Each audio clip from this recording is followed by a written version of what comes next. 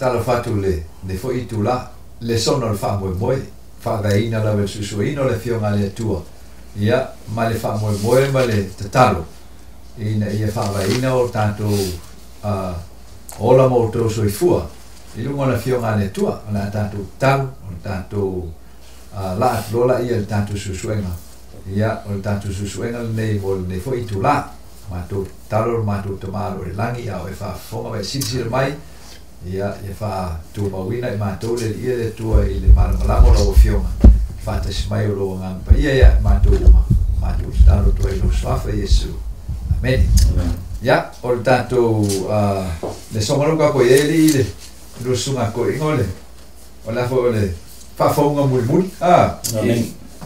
whafonga mulmuli o le au ngā toale o le o kako I kako le songa mo o le tātou le sona muri le nei o le sona fasolo kwata ia tato anga ia tu le fai unga o le tato le sona ia la ata o fai fo il tato susu enga toa tasi a kiwiso ia le tato te tata noai ia o le luol pe teu ta po tolu na il tato le tato ma o tu na o fai tau ina fa pe ai fa tali tato le langi fo ma le langi fo pe o lana folo mai e ma waila mi ton ia se fai se famtalanga matali au pepe kauanga I le au kule o fa faunga muli tu fatsia po le tai o le sili mal fa mo o le o kelsia o le no fanga to tu fatsia ile na ta o la to ile na to yo le la to ai ba na fo I mai la to uma o na tong yo le na e Yesu ia mai o lalolangi dei tātou te soifua mo lai o le lalolangi tātou te taumate e te lo mea o le fionga lava ia le antua e le o taumateina ia le ola e whaapa e le o taumate ia le langi fou ma le lalolangi fou o le siri pia isa langa o le na whaia le langi ma le lalolangi ma le na tongo la ina tangata sala o ia foi mea mas o se mea na foi ele tua ma fetale ia ile tua e moti no ta nu fa pe for tangata ia o ka wa e ka ma ke is kai mi pe fa ma o mi pe le wa o tangata no vai ele te le lo mana ka le tua na te si le fia le lumana I mai le tua na mai la tanga o ele ata le la wa tusi ai apostolo Petero ma to e moli mai mo le kalesia ma le au fate tali a Yesu ile langi fo ma la langi fo le mai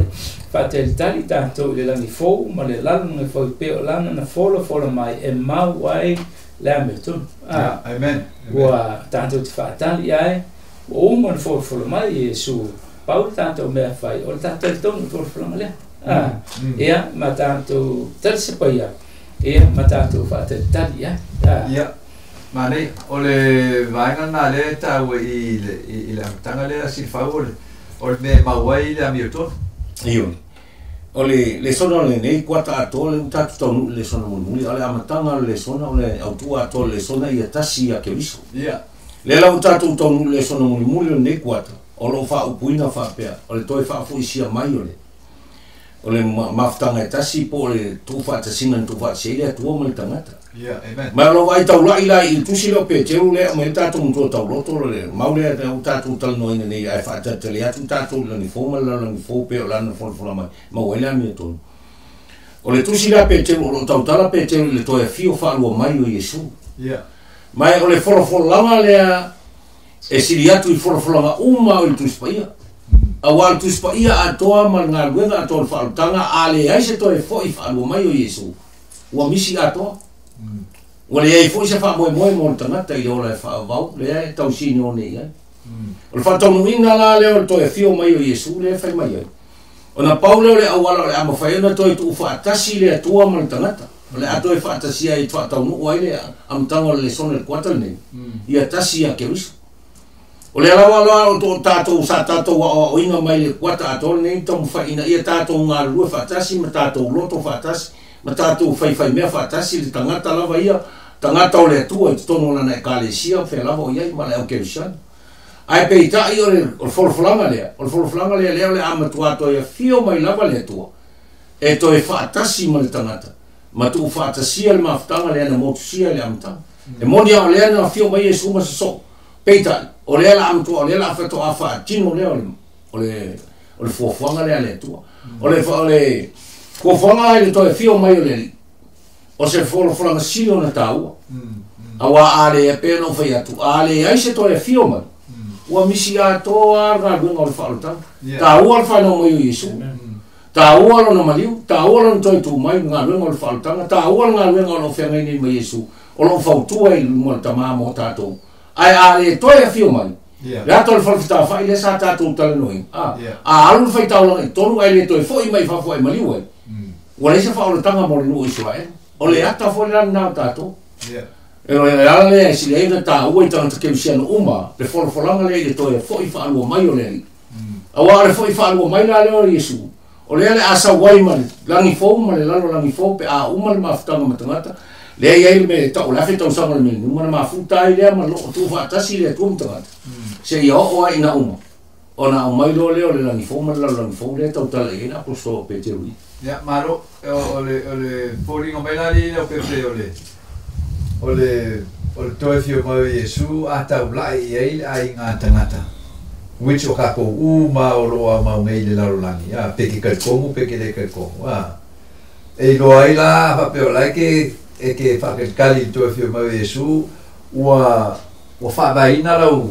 whaatutuanga i upo la fio ngā le tua. Awa o ngei kusi o kusi pa ia o le kala fasol piko a koa lea o le fuafuanga a makalaba le tua inga ia mafuka whakasi marikangaka e whaavavau. I ofi mai lea ngasala whaaleanga le fuafuanga la ia. A e to e whaawau e le tua ia le whaumanga o le ngaruenga la e mo le ai ngata ngata. Ka roe ka au o le vaenga lea o le roko whaikaria po le whiwhiringa totino al tangata ele ia tapai le tua beifo le tua no mal fa marsia ale la po fori mo mai al mai le ngalo na tele la ia ale la fa uma le la no wingo le o ka ko mal malama o ka ko ia sa biole ko a le o ko penga masa ngi le tu ka ko ngi ka ko a bio ko awa o le ko fio mo Yesu ko fio mai ngi ko fa fo ka ko ele soi fuanga mi tonu la le o ka ka mo ya so ka o ke la so le vanga la le e fo o so ko ele ka o mau ki ngo le fol folanga o to fio mai le la o fe ka o fe pule ko ro ka pule ko ro mai e fo e o mai I o naso e ngatai o e ta web la to te sa vali e tu sa mo la to lava tu ina e fa pe mai fo ina to o fe o e upu na fol folina I lona fio mai ya o le fōringa ngā le ngi la rangi a ko fio mai la ko mo kingo sa esa o le fōranga la pa ia Yesu e le fisili o wa fo ia nga fai langi ma la o ia nga sa ngia ko ngio lo mo tanata mai nga o nga sa ngia to ngio la ma liu ko ku mai Yesu la wan o sa le ba tu la to uma talia lo ma liu ma fōranga le o le ka la ia la fa ko uma mai ai ya kam se kau pas to tangat kilo ila so foi mai jadi la mai na tu mau li u ila to fi mai so fu mo lo te ya mana to mo la mai le pam tala ala for lang ala for ya Yesu lo pam na to mai pau mo te sa lo ni mai fio mo le lang ni ila ma le langa ma le leo ange ti ba tu le tu mo ko mai o tu ma li u la ko o la pe ya ma be nga le lang la ko o la to ai o sa ni ele tu mo ila to ia a le ko ya mai a fu pe te pen sa no le nga o isi te ma ko sa ka ni ku ri ma le lang ya phải là ngàn bên mà lẽ phải xem cả xe đấy xe lắm rồi làm gì nhé rồi các cô ấy phải để ngắt ở mấy các cô phi người đấy xe lắm mẹ phổi cô cái với cái công giải rồi phổi lại cô cái phổi lại của dây để lúc lấy cao để lúc cô sạc không bảo vậy lúc cô sạc không lấy bao ngày rồi xin phải cao vậy nghe ở đâu qua là phiêu ngà lẹ qua đây xe mà Giêsu rồi ăn coi sao bác luôn ngầu la fa ko ya ba ya mai le ya le su fa mo ko lu kan ko sa ka dia la to uma en fa tu ma tali lo ma liu nei ave la to ile no fang le na sa dia mo la to ole la ko ke le mai Yesu o kasi le fa long le ko firma la ko ke ile la ko ke le fia ka dia fa lo yo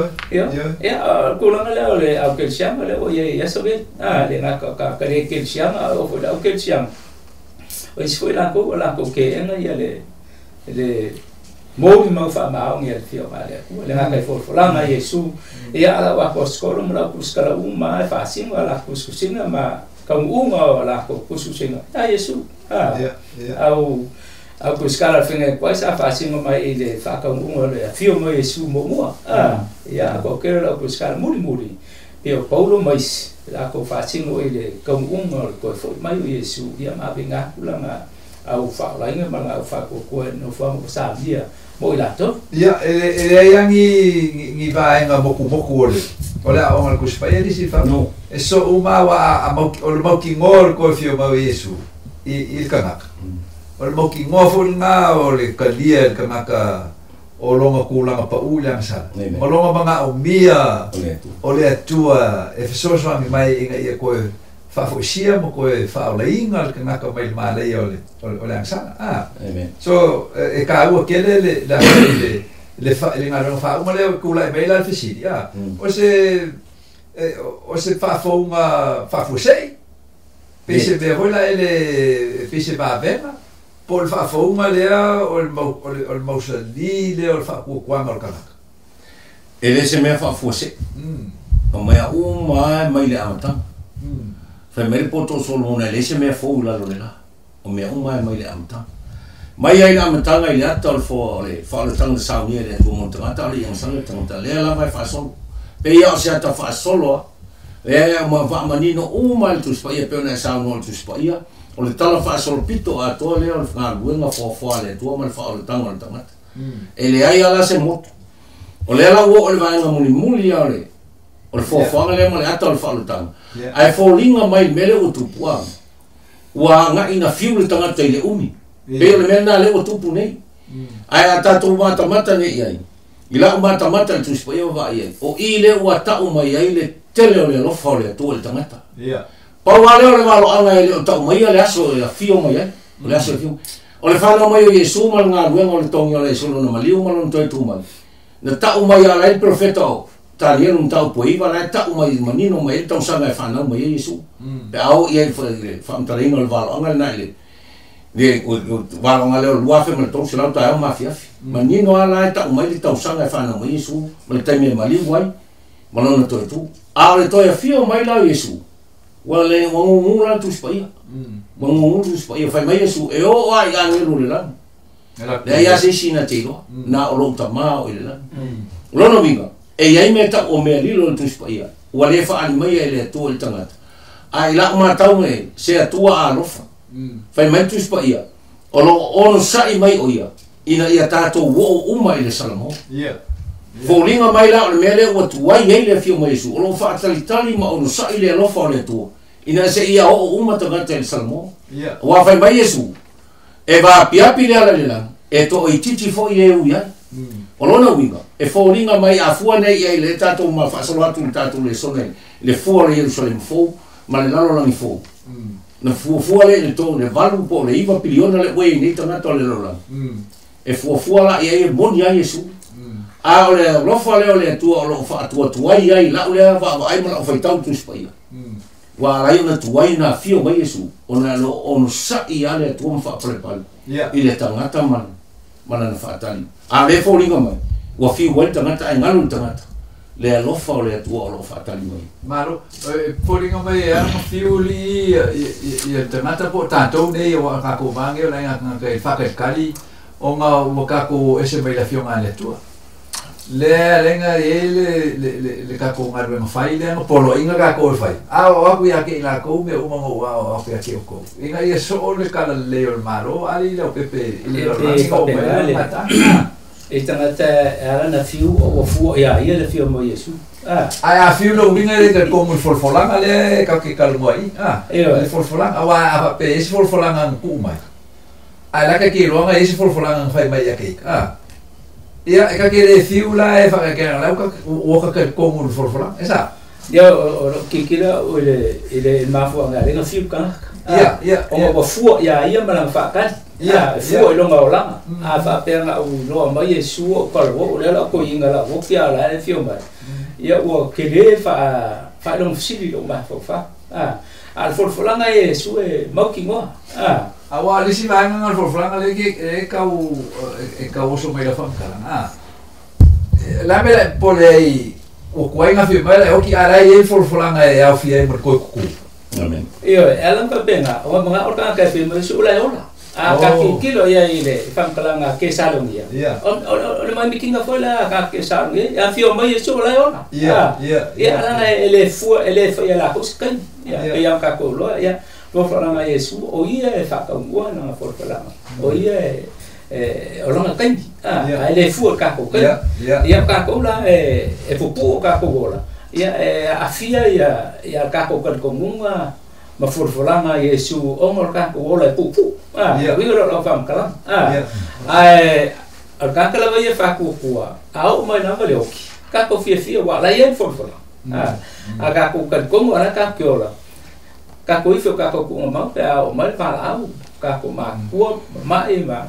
ia ka ko ma lo ka ko ma e ma ki ngoa ka ko kio ma fa mo le ma fa mo le le ka o nga maki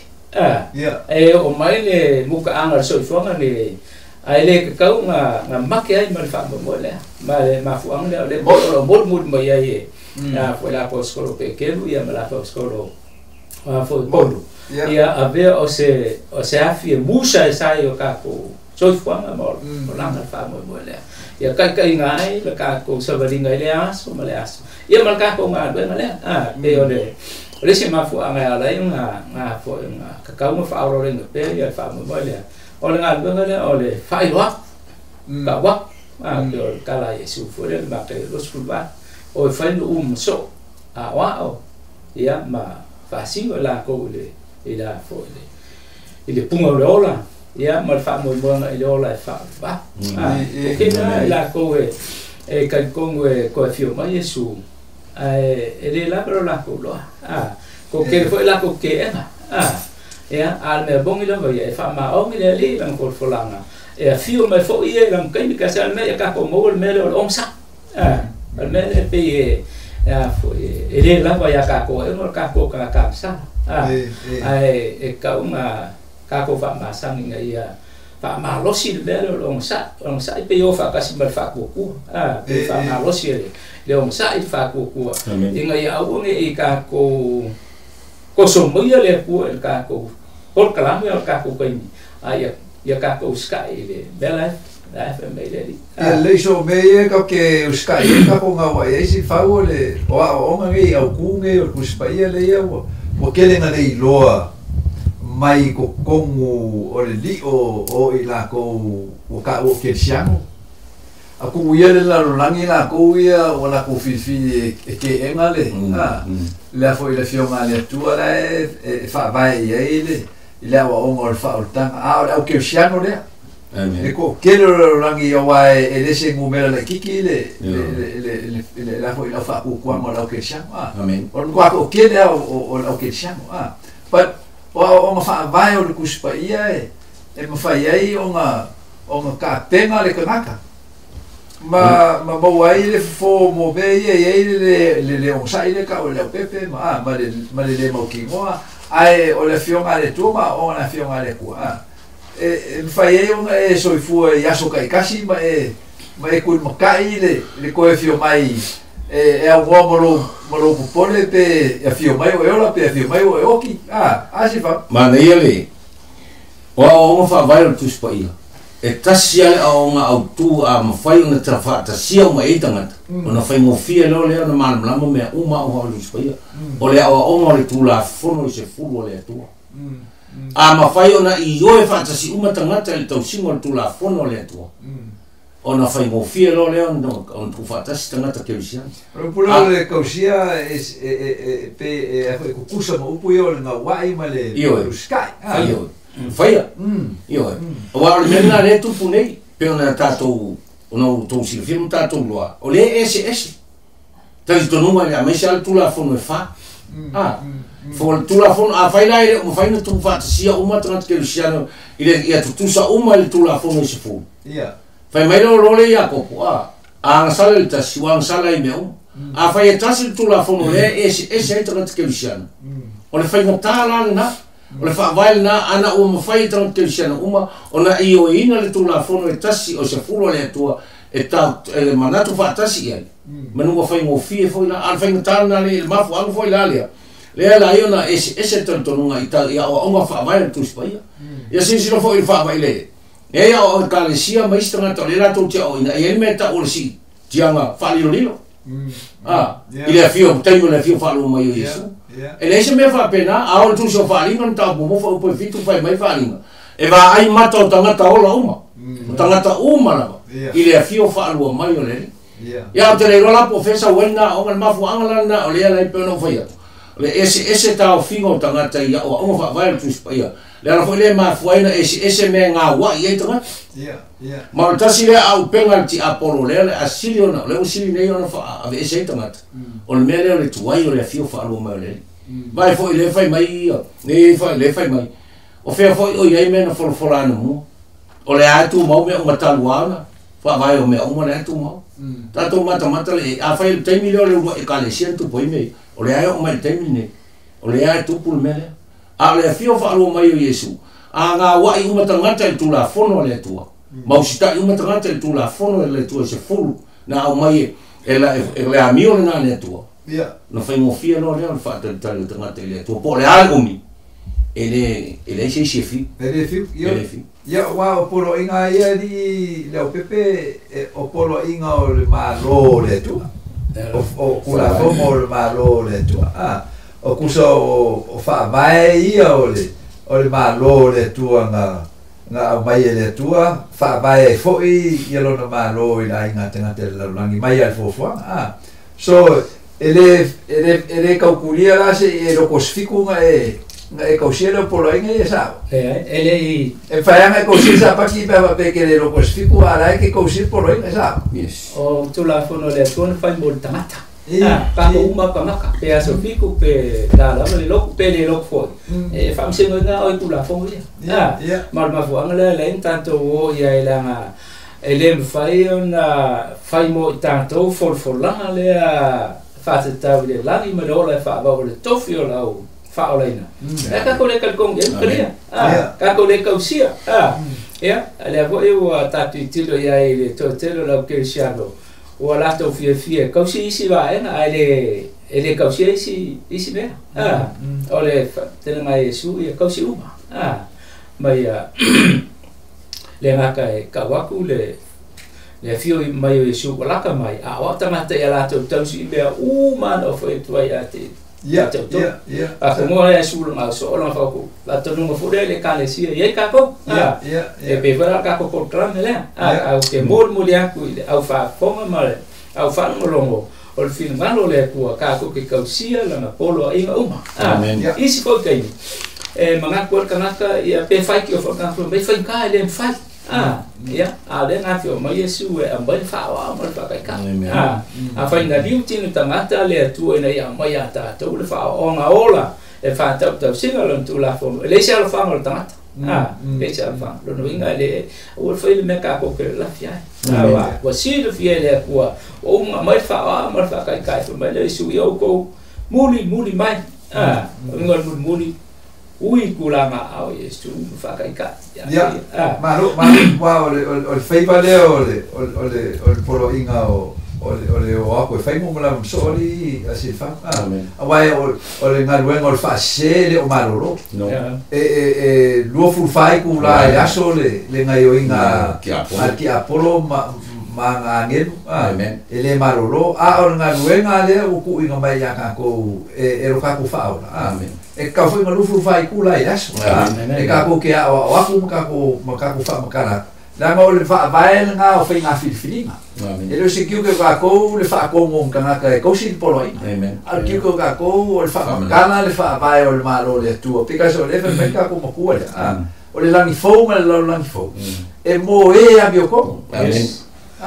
So le rai ali kau kai pera o le au onga le whaakaua i le koe kū.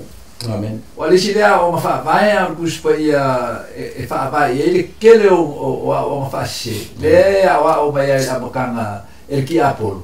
Le anfa e ki apolo i rikanga. E ke nua le oki.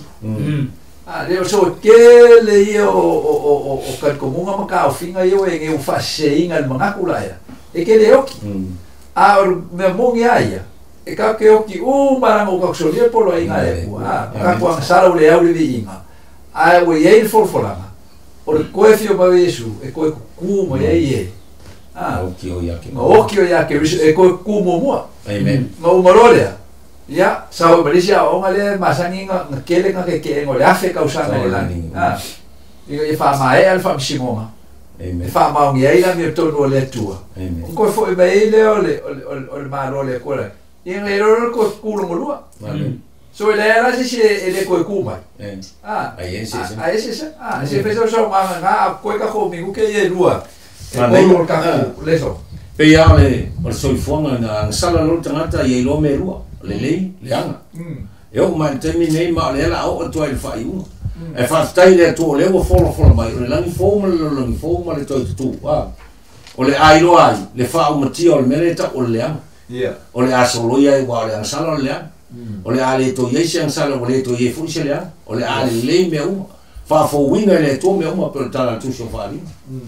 per na ta wale o ngale le me le uma le afeta usanga no ftu ia to mai o manga lo mai al fam so ngale to uma me wa lauton ia to ato tu lo le o ila to